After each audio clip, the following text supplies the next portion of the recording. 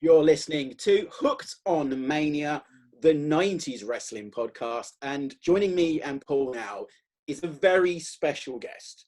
Now, if you've listened to the show already over the past sort of 6 months that we've been doing it to a year, you realise that somebody has become quite the hero of ours, a cult hero of How Mania, and he's joining us today.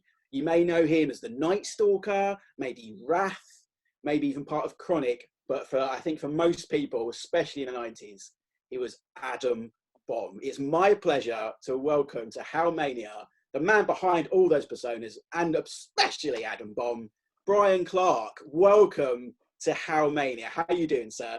I'm doing good, brother. Thanks for having me, man. It's great. It's an absolute pleasure. Let me fanboy on you first before we get going, because I was a massive Adam Bomb fan as a kid. I'm wearing the T-shirt now of the Hasbro figure, which I see that. Which we will talk about in due course, and we'll go through all of that. But this is like your first ever podcast interview, I've been told as well. Yes, I've had so many requests. It's just unbelievable. I mean, with COVID, it really stopped everything. My mother-in-law actually had COVID, and she was able to recover. But my wife is a nurse, and so she spent a lot of time with her, working with her and everything.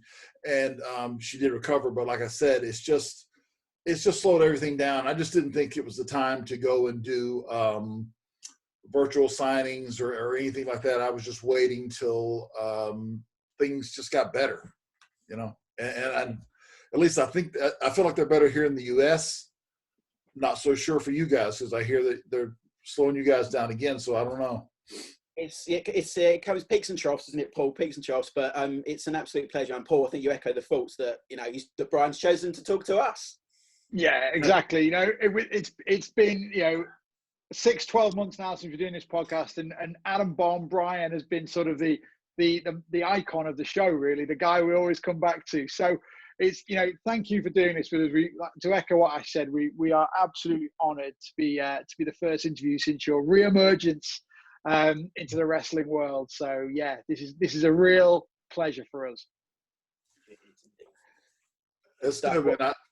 I'm like I said, it's an honor to work with you guys. I remember when I was with WWE, WWF at the time, I did like 10 European trips in a row in 1 year, if you can believe that. And so I was just like over there constantly, but I loved it. Yeah. And when I was in the military, I was stationed in Belgium. So I lived. Okay.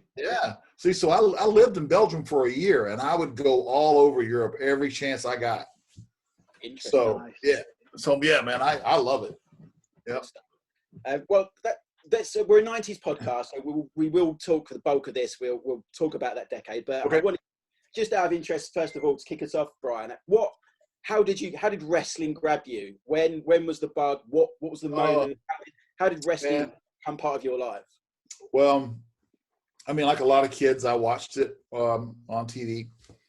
I actually got to go to matches, believe it or not, in my hometown. I'm from Florida, and I got to go to some matches in my hometown. My grandmother, believe it or not, would sit ringside. She would get ringside seats, and I would sit with my family up in like the bleachers, but I would sneak down as a kid and stand beside her and really get a close view of everything. So as a kid, I got to see Andre the Giant, Dusty Rhodes. The list just goes on and on as far as like Florida Championship Wrestling. So that sort of locked in with me. But I really got the bug or the fever, whatever you want to call it, when I was in college. I was playing college football. After my military commitment was completed, I walked on at Central Missouri State. Had never even played football, never played high school football or anything. Walked on, got a full scholarship, and started as a freshman. And so after my football days were over, even during football practice, I'd be cutting promos and goofing off with Randy Savages and whatever. After I tackle somebody, I'd get up and talk shit. So I mean, I just was like, man, as soon as this is over, I packed everything I had in a U-Haul and I moved to Atlanta, Georgia to get trained. And so that's where I broke in and worked a lot of like a lot of guys do. I worked the outlaw shows all throughout the Southeast. I had Dwayne Bruce and Jody Hamilton, who was the original assassin, train me. And then I got hooked up with Mr. Wonderful Paul Orndorff. Okay. And he actually got me a break in Smoky Mountain Wrestling with Jim Cornette. And once Jim got a hold of me, he was like, "Oh yeah, I can do something with this guy," which was great for me because I was just like, man, I'm looking for a break, because I had a couple of matches and I fell on my face because I hadn't been trained properly. Didn't know I just didn't know what I needed to know. But then again, being on the road with Paul and then having Kevin Sullivan as my manager in Smoky Mountain, I just absorbed everything that I possibly could from those guys, and two of the best, in my opinion, to learn from. That's quite a yeah. I was going to say, to have those so early on, those minds to soak up. Was it those who came up with the Night Stalker character? Because that's how your I came up with the Night Stalker. That was me. What was the ethos of that character? It was just something scary, a little bit Halloweenish, Friday the 13th kind of thing. Then I had that real big battle axe made, and I had the cross axes on the back of my trunks.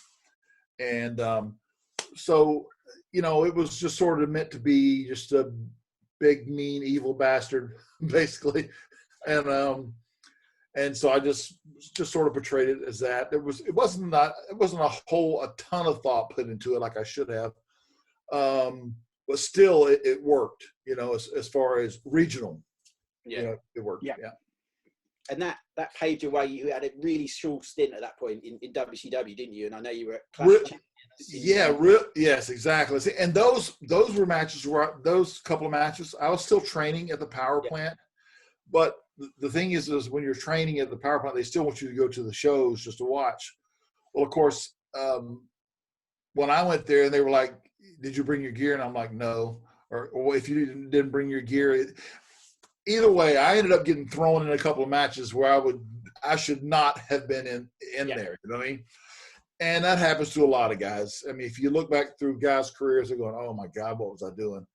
But that was the case with me for a couple of times. So that's why I got lucky in the fact that I worked with Paul, met Paul, and he got me into Smoky Mountain. And then, of course, Cornette really worked his magic with me. And of course with Kevin Sullivan also. What was WCW like at that point? Because I remember it kind of the early 90s. It's kind of my first sort of memories of WCW. How did you find it at the time? So see, I was really just training, and what they call the power plant then was an old carpet. When I went to it, it was an old carpet warehouse that had one ring in it, no heat, no air, just nothing. Now, now they're modern day studios with 10 rings and the weight room and all that. We didn't have that. I'm not just trying to go old school on you, but that's just what it was. It was an old carpet warehouse where, there was 2 trainers and they basically suplexed me out of my boots for a couple of years until I learned what the hell I was doing. But that's just the way it went. And I would take shows wherever I could get them, working for $20, 30, 50, whatever. I just needed that ring time. Yeah. That's what it was all about. And your ring style in particular, which I was always impressed with, because you were obviously one of the bigger style wrestlers at the time as well, and that was the era. But you had such agility. Was that something that came later with the Adam Bomb character, which we'll talk about in a second, or did that start with Night Stalker? And how did that come up? How did that move set? Was that all you, or was it like the people? No, it was me. I mean, like I said, I was a 2-time state collegiate powerlifter. Like I said, I got a full scholarship without ever even playing high school football, and I played at college level and started as a freshman. So I've always been very athletic. I was a high flyer for being 6'6", 290. I would do over the top, off the top, rolling cannonballs off the apron. I mean, I did everything, and that's what I wanted. I did that on purpose to set myself apart. I didn't want to be just big and slow, or big and had two moves, a big boot to the face and an elbow in a corner, or you know what I mean? I wanted to have stuff that I could go to. They were going, oh my God, I can't believe you just did that. And that's you know, so yeah, I purposely made myself want to become a high flyer and add some of that crazy stuff, because people remember it and they love it. Yeah, I was watching some of your stuff earlier, and the top rope clothesline was one of my favorite moves that you used to do. It was just, for a guy of your size, it's still actually quite astonishing to watch. It was just, and as a kid, it was amazing. So it was definitely something. Talk to me about this moment then, because you've been doing the Indies and WCW for a while. As you say, you've been trying to get matches under your belt. Right. Then you get the tryout for, you know, the Golden Goose, especially we're talking 1993 now. It's like we're just in the midst of its first major boom, especially in Europe as well. That, you know, Paul and I will test, like, a lot of our memories come from that first period in the early 90s. Right. How does that happen for you? The tryout, what happens next? Do you meet Vince? How talk me through it. What was it like to know that WWF were interested? Well, like I said, I was working Smoky Mountain. And I guess Sergeant Slaughter, who was an agent, got in touch with Cornette and told them that they wanted to take a look at me. Mm-hmm. And so I was like, wow, that's pretty early. I was surprised, really. I sort of felt like, man, I need to stay here in Smoky Mountain for another year. So, but you're not going to say no when they come knocking, right? And so Slaughter called me at home. Once I got off the road from Smoky, I got home. He called me and he said, hey, we have some TV tapings up in the Carolinas coming up, you know, in a month or so, and we want to take a look at you. And I'm like, okay. So I had 2 dark matches, and they hired me after the first night. They told me, they said, they looked at me and after the match, they said, you're hired. But I still work both matches or whatever. But yeah, because I did all my stuff, you know, and I had a good guy that was working with me, and it worked out. So they hired me, and then I sat home for, I don't know, it seemed like a few months at least, because they were coming up. This is where Tom Fleming comes in, where he was coming up and creating Adam Bomb, because they would create characters and stuff and pitch them to Vince, and he would yay or nay. And so he said yes to that, and they called me up, and they said, well, we got 2 things for you, and you're gonna love this. And this is, I've told this a few times, but this is the honest to God truth. We got 2 things for you, and you can pick. You've got Adam Bomb, or you can be the ringmaster. Right. Ah. And I'm like, well, I'm not a ringmaster, at least not yet. Yeah. And so I went with Adam Bomb. But as you remember, they used ringmaster. They had trademarked that name, and they used that and give it to Steve Austin later. Yeah. So that's how long that had been in the archives. Have you ever spoken to Steve about that? No, not really. No. Interesting how he would have done it. That's absolutely the true story, though. Yeah. So they pitched you this character, because wasn't it? So 3 Mile Island was the spark. Yes. Because you were quite near there, so that was kind of the spark. What were your initial thoughts? Because obviously it was a different era of sports entertainment at the time. There were a lot of these larger than life characters. You know, right. It's very different now. We're more even a realism era, but that was of the time. What were your initial thoughts of the Adam Bomb character, name included? Because I think the name is brilliant in itself. But what did you think? I sort of felt like I could do a lot with it. Yeah, I really did. And like I added a lot of things to it myself, like little details and stuff, like around the nuclear glow that was on the outfit. I added the spikes on the end of that. I did the red tongue. Mm-hmm. I told them the yellow contacts, so they flew me to New York to get the yellow contacts. Just little things, and then of course all the stuff that all the moves and everything that I was doing. But yeah, I added a lot to it. I put a lot of my touches on it. I think if you just left it like it plain like it was, it might not have done as well. But you know, like I said, you got to sort of make it your own as best you can, and that's what I did. It really was ahead of its time, wasn't it? I remember as a fan in '93 coming into this and seeing you appear as Adam Bomb on the screen for the first time. And there's some characters, aren't there, that come into a company and they grow on you. You know, they get that momentum over time. And then there are other characters that hit you. That very first moment. I remember where I was when Adam Bomb first appeared on screen. I was in a bar with my dad on a Saturday afternoon watching Superstars. My parents had broken up, so this was a regular thing. Going to the bar on a Saturday. And this enormous dude with these glowing eyes and this ridiculously red tongue to them, and I'm like, he's my guy. Yeah, and I just, and it was, and honestly, it was just one of those moments you don't forget. And it was just like you said, it was the touches, wasn't it? Because there were so many big men around back then that were, you know, wearing similar gear, had similar move sets, you know, even the long, you know, wet hair. It was all very much the same. But then Adam Bomb comes along and it's, you know, the goggles and the music and the manager and everything. It was so pitch perfect. Yeah, that's why I sort of, like I said, I was glad that I had, like you said, those move sets and the things that I could do. The slingshot from the outside to the inside with a clothesline or a spinning elbow, all those different things I could do that I knew that those guys that were 400 pounds or 350, I knew they couldn't do it. Yeah. And I knew that if I was just like, man, this is going to work, this is going to pop, you know, and I'd get it in every match. I would do something about it. Oh my, they'll expect it.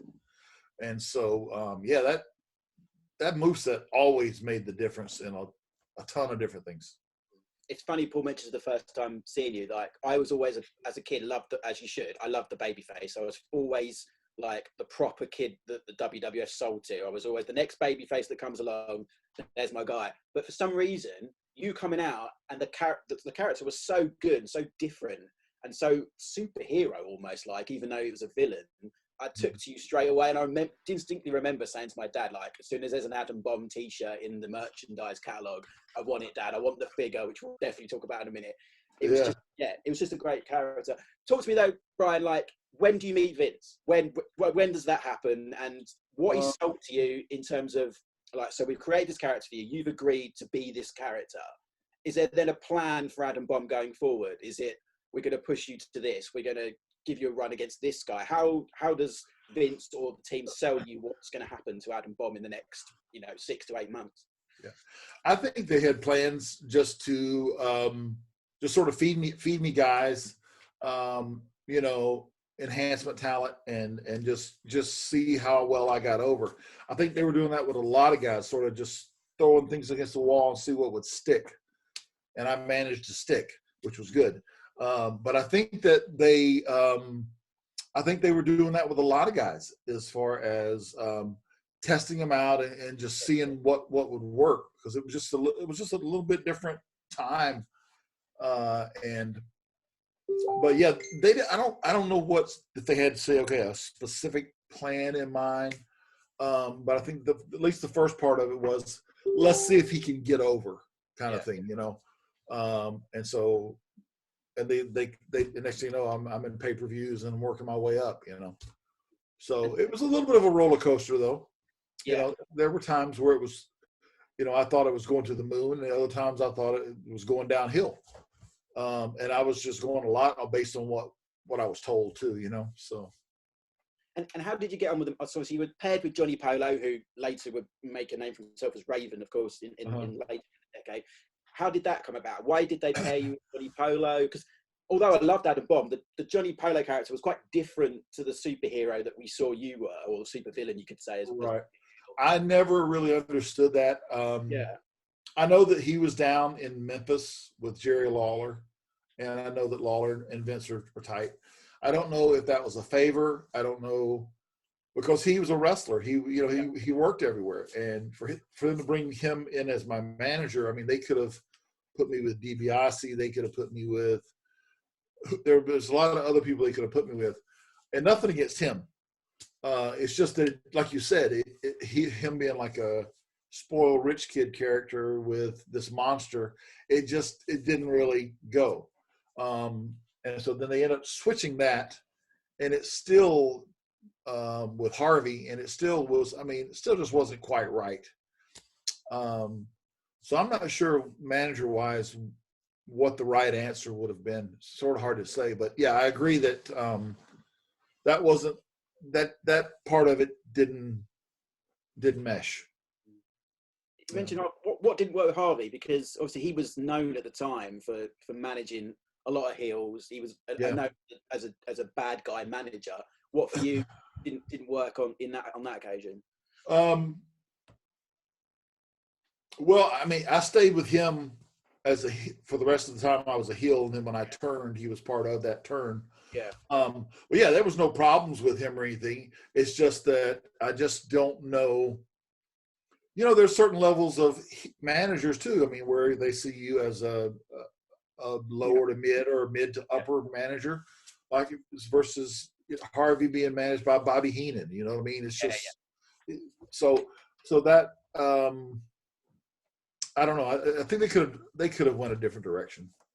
That So you mentioned your start, and you did go on that long undefeated streak as well at the start of the Adam Bomb character. You had the Survivor Series match as well, your first big pay-per-view, which was you were the last person on the losing team, if I remember rightly, at that Survivor Series. I mean, at that point, did you think that this is going to the momentum is going to continue into the Rumble, and then obviously you've got half an eye on WrestleMania season? At that point, are you still thinking that this is the right path that they're putting Adam Bomb on? Absolutely, yes. I thought for sure. I'm like, this is really going well. And then Vince and Shawn and Nash, I'm guessing, and whoever else decide that they want to go a different direction. And so that's just my something happened. Yeah, I can tell you that. I don't know what, and so be it. I had a great career no matter what, but something happened there, and I'm just not sure what. But I just think that they decided to switch gears and go that direction. So they groomed him like he would be outside the ring every night watching Shawn work. And of course, you're going to learn stuff if you're standing there just watching Shawn work every night for 6 months or however long it was. I don't know. But yeah, so I think that's just sort of how that turned out. And so I just sort of got dropped down a peg or two from where I was at. Yeah. I was going to ask that because obviously at the time, we're talking in the mid-90s, there was a lot of big sort of cliques that we hear of in WWF. So you had the clique with Shawn and Diesel. You had Taker and his crew. Right. Who were your allies? Who did you kind of hang out with? You know what? I wouldn't say I was a lone wolf because at times maybe I was, but I hung out with I don't know, the Smoking Guns, Billy, occasionally, Pierre of the Quebecers. I would, because these are the guys that would train and go to the gym and work out. And so then I would, we'd be on the same schedule of eating, working out, getting everything done, that kind of thing. But it varied, I mean, I traveled with a little bit of everybody, it seemed like at times. Yeah. It's interesting because I wonder if it was with those groups, was it difficult to kind of move around them and as you say, get up the card because there was such massive personalities? Well, I think that was a case as far as moving up the card. And, I think certain people had Vince's ear and they're just like, telling him, hey, this guy's doing great every night. This guy's not doing so great every night. So he's thinking, he's hearing this from agents and top guys. So it's hard to know what he was actually told, really. Yeah. You did manage to get to the big stage of WrestleMania, and me and Paul actually talked about it, didn't we, Paul? Like this week at WrestleMania when you faced Earthquake. I obviously didn't go the way that you probably would have planned, but to have WrestleMania on your CV, is that something that every WWF superstar, every wrestler would, is a box you need to tick? Did it feel like that, or did it feel slightly deflating the way it happened?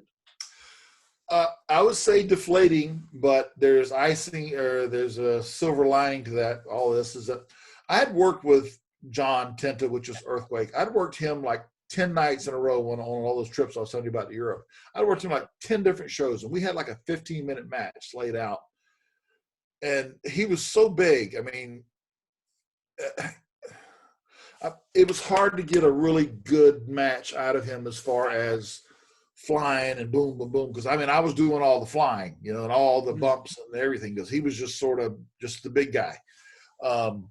But we managed to have a damn good match put together and ready for WrestleMania. And then, of course, I guess they said due to time or whatever, they just turned it. I suppose I heard they weren't even going to do it, and then they just decided to go in and do like a squash match. But yeah, everybody thinks WrestleMania is the icing on the cake. But for me personally, winning the All Japan titles, and having my favorite of all time, Stan Hansen, present me with the All Japan Tag Team titles, nothing tops that. In my personal opinion, that's just, I mean, he was and is my all-time favorite. And for him to, I've got all the video and the footage of the match and him actually presenting us with the titles. That's, to me, that's, it does. And, you know, you're in front of 60,000 people, man. It's great. Yeah. Let's talk about your face turn quickly then, because as you mentioned earlier, you were with Harvey, then you turned face as part of that storyline, and he lined with Quang. Did you enjoy being a face? Because when it happened, I was over the moon, because then my two worlds collided. You didn't know what to do. I could cheer you. I was gonna pull out one of these foam bombs and throw it to you, see if you can catch it. No! Have you got one? Of course I do. You kidding me? Come on now. Oh, that is amazing. I'll bring it out for part 2. but yeah, man, that was the fun part of that, was like getting to throw those balls into the crowd after I beat somebody. And I don't know, man. I feel like I'm fan friendly, and I interact with my fans all the time, constantly on Facebook, and of course now with this new signing with Merch Central, we're going to be opening up to Twitter and to Instagram and to everything, to some stuff I have not been doing.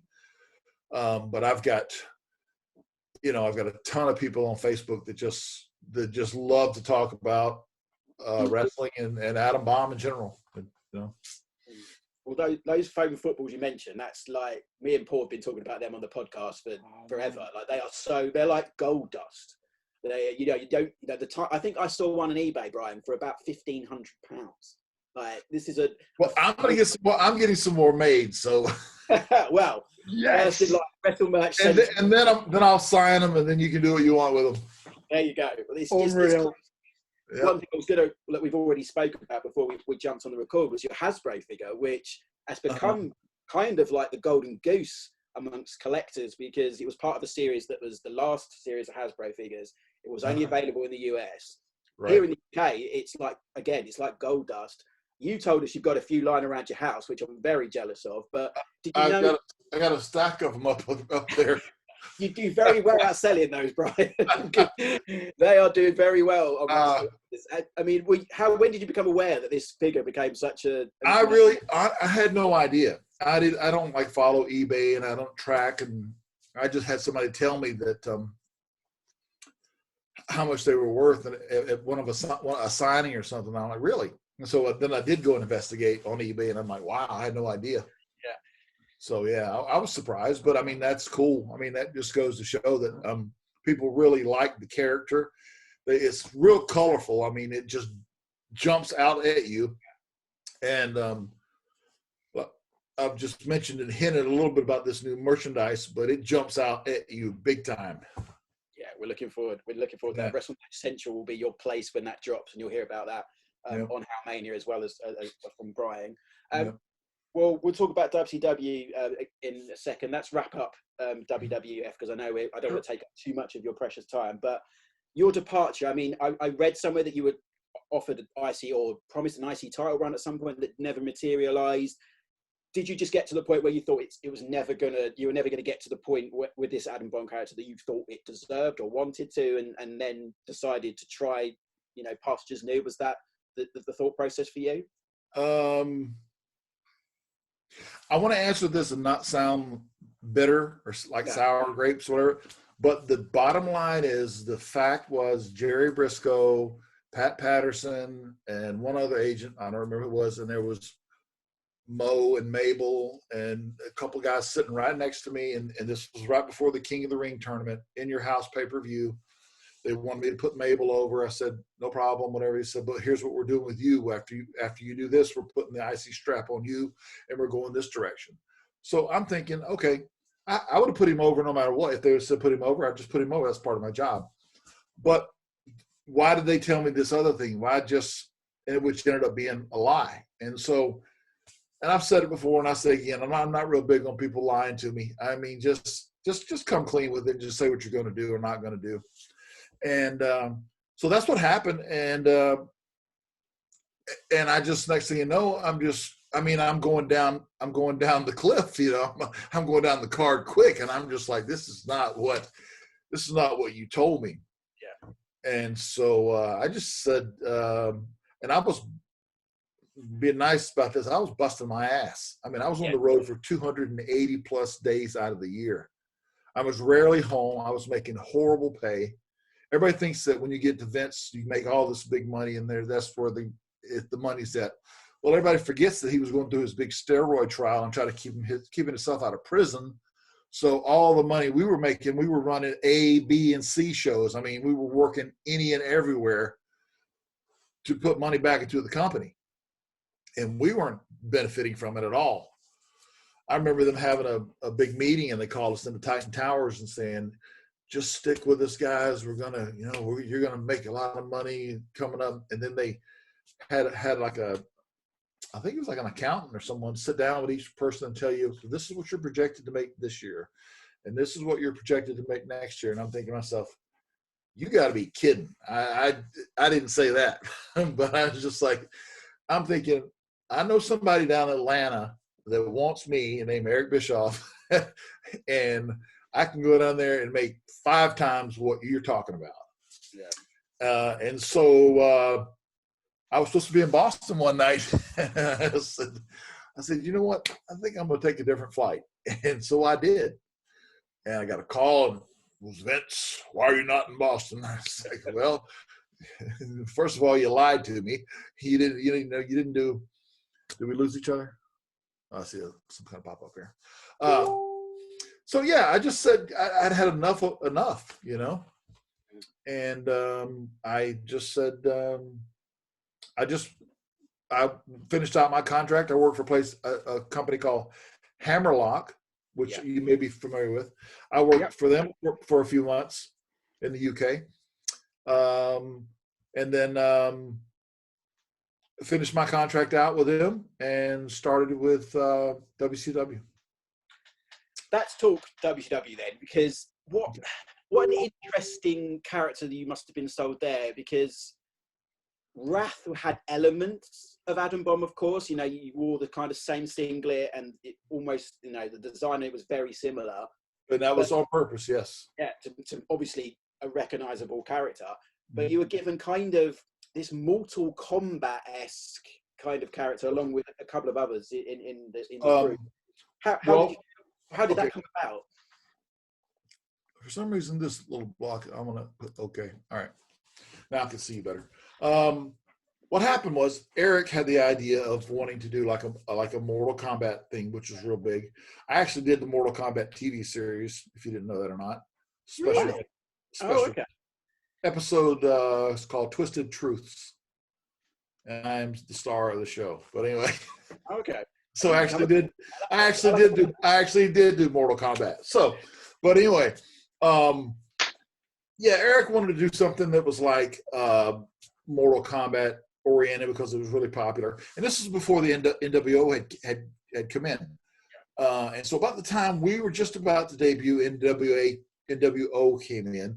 And so everything just sort of shifted to them, and we just sort of was left to sort of, you know, we had a little bit of feuds with Ming and Barbarian and a few other guys and stuff, but didn't go anywhere.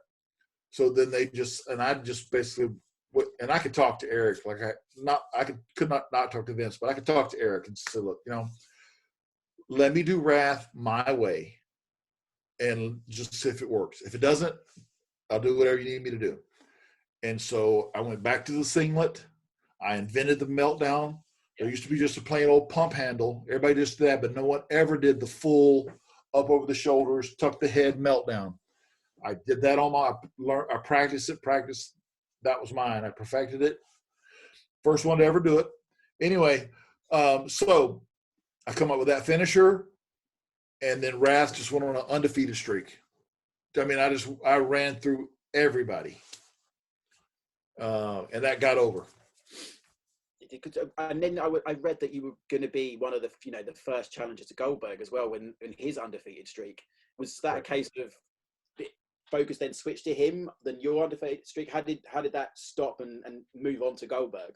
I was undefeated right up until about a month before December, and in November, Kevin Nash beat Wrath's undefeated streak.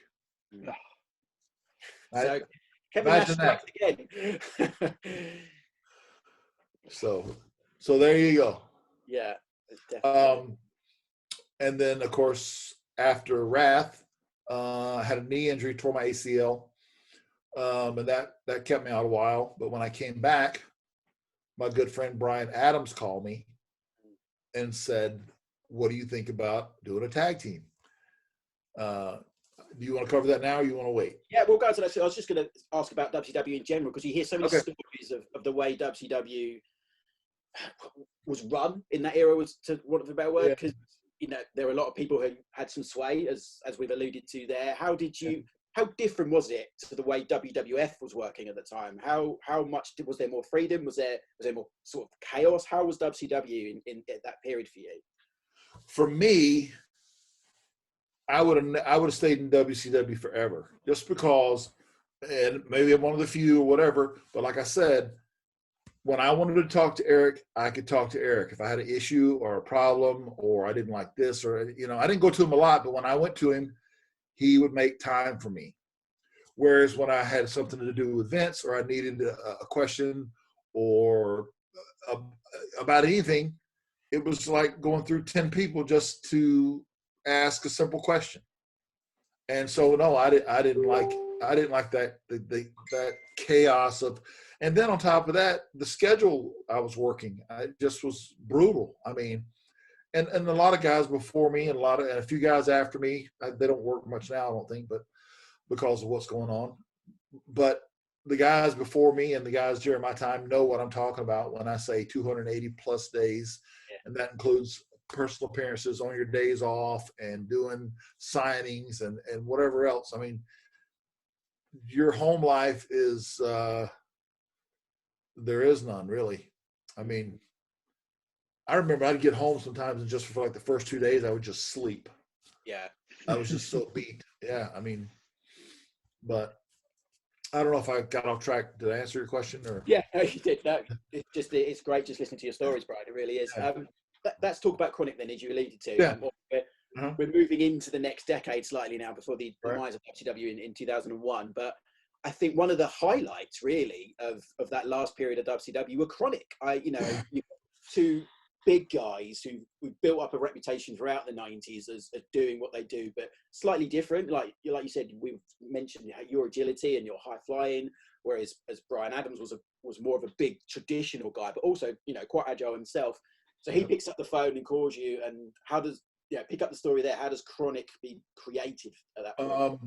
He called me. Like I said, I was recovering from ACL, and at the time they weren't really doing a whole lot with him. And he called me up and pitched the idea to me about being a tag team. At first, I was just like, no, I'm just going to heal up and come back as Wrath.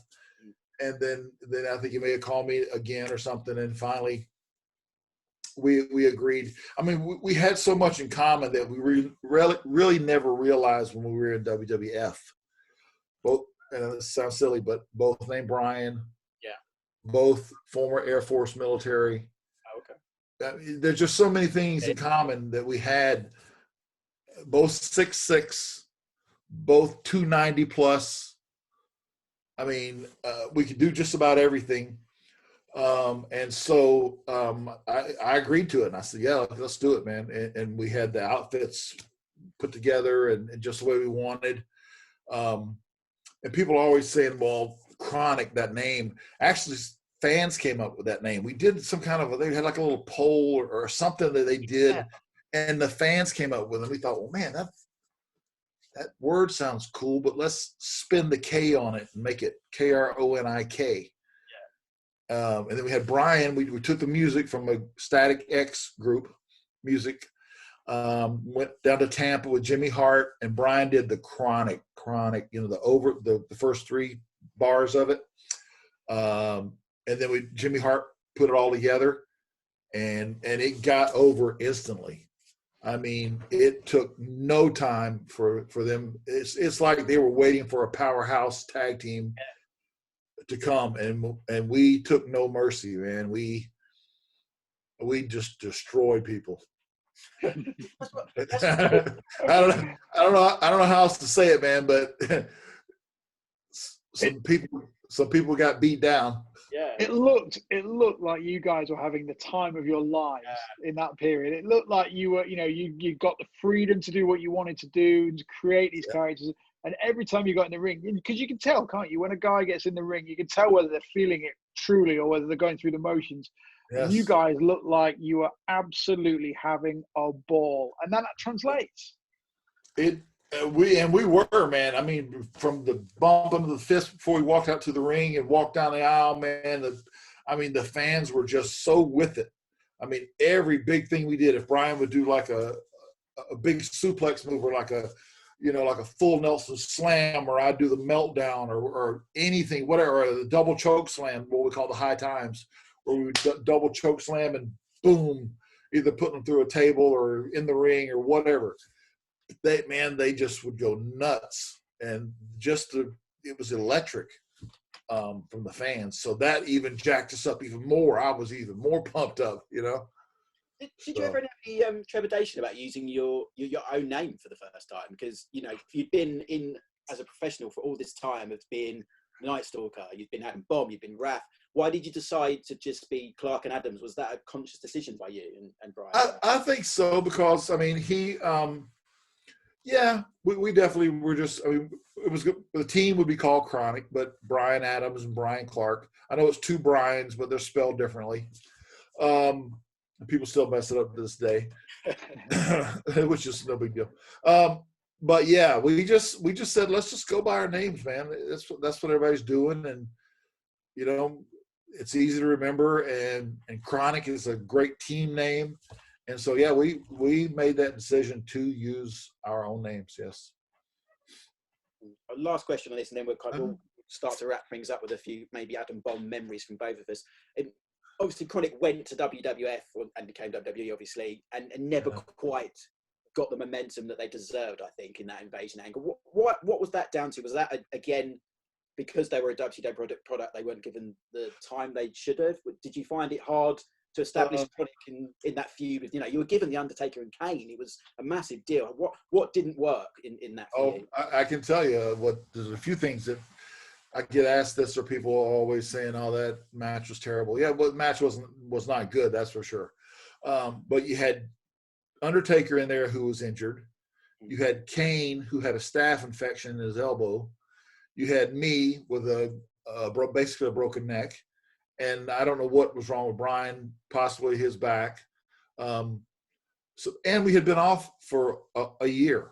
Yeah. This is and this was right during 9/11. So, I mean, there was nothing good about any of this. Yeah. So you had 4 guys trying to work together. And I even proposed and said, hey, I know we need, at least me and Bryan need to go on the road for like a week at least to get some matches under our belt, get some timing down. This isn't, WCW's ring is different than WWE's ring. Let us work a week of house shows, because they were ready to put us in a pay-per-view just like that. And I'm just like, wow, that's a really stupid idea. When we haven't had a steady working schedule, you just don't do that. So, I mean, and then I don't know if it was the whole WCW thing, and they didn't want any WCW guys to get over. Only a handful did. But I just think it was just set up to fail, just in my opinion. I just don't think. And then again, why the hell do we have Steven Richards as a manager? Yeah. I mean, another right there. Bryan even told me I remember Bryan saying, "That's not a good sign," and I'm just like, "Yep." You know, he knew right then and there. He was just like, "Something's up."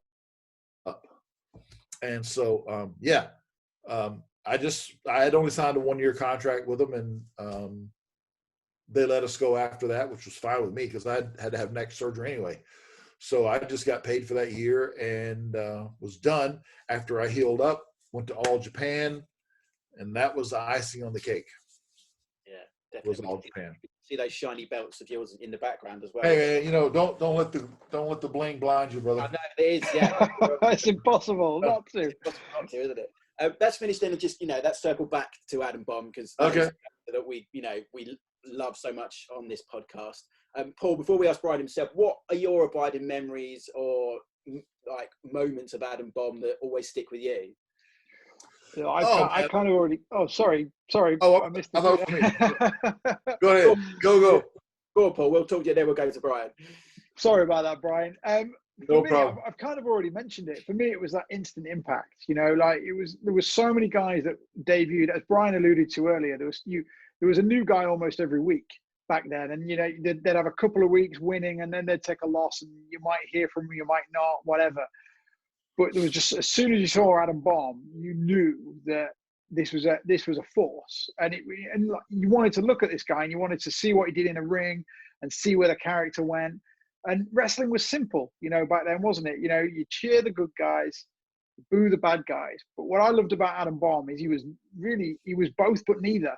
Like, if you wanted to, there was nothing about Adam Bomb that was inherently bad. Do you know what I mean? Evil. He was just a big kick-ass guy, and that was the beauty of the face turn, because you didn't need to do anything to turn face. You just targeted different guys. And that was why it works. And you didn't change a thing apart from throwing the bombs out and whatever. In the ring, you kicked ass exactly the same as you did when you were a heel. And that's why, to me, the character worked all the way through. But yeah, you asked me my memories, and it's that shock and awe at first. It was just, I'd never seen anything like it before. It was incredible. Yeah, I agree. It's something that I remember. I watched your Monday Night Raw debut earlier as well, and I remember watching that at the time, and just the stature and the presence that you had as a character was just, it lit up the screen basically, and I think everyone's joined in the ride for you. But Bryan, what do you take away? What are your favourite memories and your moments of that period of time of being Adam Bomb? What for you do you always go back to? I think just getting the experience of entertaining worldwide, and just the character itself, like you said, with the glowing eyes, with the goggles, there was a lot of things that were really cool about it that are still sort of cool today, even in a retro way. It's just, you would be shocked to the questions I get of asking about goggles or the foam bombs or anything that has to do with ring gear or just anything. And of course the figures themselves.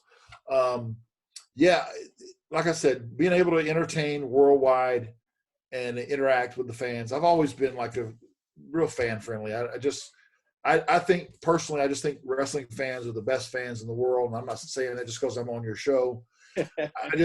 I'll say that to I'll say that to a pro football player or anybody else that wants to hear it, but they're so loyal. It's amazing how much sometimes they're fed so much garbage on a show that are just like, oh God, I'm so embarrassed, but yet they still watch and they still come back to it, even though it's not always good stuff, and wrestling fans have lived through some bad times. And so that's what I enjoyed the entertaining part of it, and I like the character. Yeah. How did you deal with the fandom? Because you're thrown in the deep end at WWF pretty much, and to this multi-company that at the time was at a boom period. Was it ever a moment where you had to pinch yourself because of the fans and the fame that suddenly comes with it? How did you deal with that? The way I pinched myself was when I got my paycheck and go, wow, That's really not that's a lot lower than I thought it would be. That's what I thought. I was like, is this really the big times? It might have been for a handful of guys, but it wasn't for everybody. Even though I was being used, I mean, I was in more casket matches than I can count. You know, working Taker, I worked everybody main events. I don't know. Like I just said, I just know that, you know, keep referring back to Eric and WCW, but I feel like I was rewarded with my effort, my ring work, and my worth, I felt. Whereas it was just the opposite of in New York, where WWF. I just felt like I was just used and just grinded down to just being completely worn out, I guess I don't know how else to say it. Final question for me then. I don't know if Paul would chip in anything else. Favorite road story, because I know it was a time in the mid-90s to be, you know, on those trips, on those tours. Do you have a favorite story that you could tell us, that from those, you know, traveling the country or even to Europe, that you could retell to us? Man, there's so many. I bet. You know, and I mean some that are hilarious, some that are not hilarious to the people that it happened to. God, I just wonder if I could tell some of these without actually getting in any trouble. Let me I just remember, let's see how I can put this. Okay, I was checking out of the hotel, and we were in Charleston, South Carolina. We just did a show at that new Coliseum there. And we were checking out, I don't know who was checking out with me, I don't remember. But I remember seeing this girl standing over, and this is sort of a cruel kind of prank, and I'm just the reason I remember it, because I know I had nothing to do with it, for starters. So I'm not a big rib person. I don't do a lot of ribs. But I just remember I saw this girl crying, and I'm like, why is this girl crying? It's 7 a.m., man. I'm tired, and she's up there bawling, talking to the police. I'm like, what's going on? And she had a mohawk, and I'm like, okay. And her makeup was all running down her face. I should be laughing. Anyway, somehow another, the night before, she was shooting pool, I guess, in the bar with some of the boys, and she was running her mouth the whole night about wrestling and shooting pool. And somehow or another, all I know is that last time I remember seeing her in the hotel lobby, she had hair. And the next morning, she had no hair. So I don't know what happened, but that is an absolute true. I was in shock. I was like, what the hell happened to you? You know, I didn't know it was the same person until I had to think about it, you know. She got the Molly Holly treatment, Paul. Well, I don't know, or the Sean Waltman eyebrows or whatever, you know. But yeah, that was just one of many. But yeah, I have suspicions of who may have committed this, but I'm not going to get into that. Maybe we'll probe you next time, Brian. Paul, is there anything where we haven't come in? We've taken up far too much time at Brian's, but is there anything we haven't covered that you wanted to ask before we pull a wrap on? I think it's everything that I wanted to ask has been covered. Brian's been so generous with his time. The only thing I wanted to sort of end on really is, Brian, like, you know, it's the start of you sort of reaching out to the fans. Are we going to see you in the UK now? Now the pandemic seems to be almost behind us. Are we going to see you in the UK on the set? I hope so. I love it over there. I want to do the Comic Cons. You know, I want to do all of those. So, and if I can help promote Wrestle Merch Central as much as I can, whatever they need me for, I would definitely be ready to help. Awesome. We'll be welcoming you with open arms for sure, won't we, Paul? Okay, now are you ready to leave? Because I got to show you something before you leave. No, good. Show us. What are you showing us? Well, I'm a proud father now. I have a 10-month-old, so I want to show you. Okay. Congratulations. Yeah, just hang on a minute here. Come here, baby. Oh, look at that baby. Is it he or her? It's a her. And what's her name? Her name is Skylar. Lovely. She is a Scottish Sheltie from the Shetland Islands. Wow. Oh, give me that sugar. Look at that. That is a gorgeous dog. I just okay. I just have. You just knew I was bringing. You knew I was bringing out a baby, right? I thought they were. I thought they were going to have goggles on. I was waiting to see the goggles on the dog. I thought that. I'll do that next time. Do that next All time. about the cameos here at Hooked on Wrestling, Bryan. So that was what a way to end.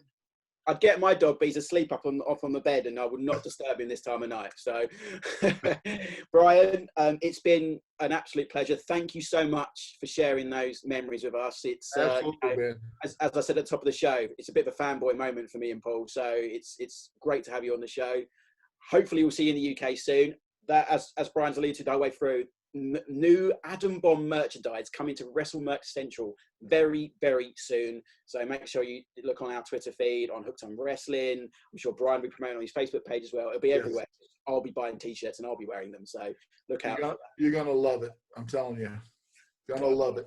And foam footballs. It's Christmas comes early for us Adam Bomb fans, that's for sure. There you go. Thank you very much, Bryan. This has been a Hooked on Wrestling special. Until next time, keep it 90s.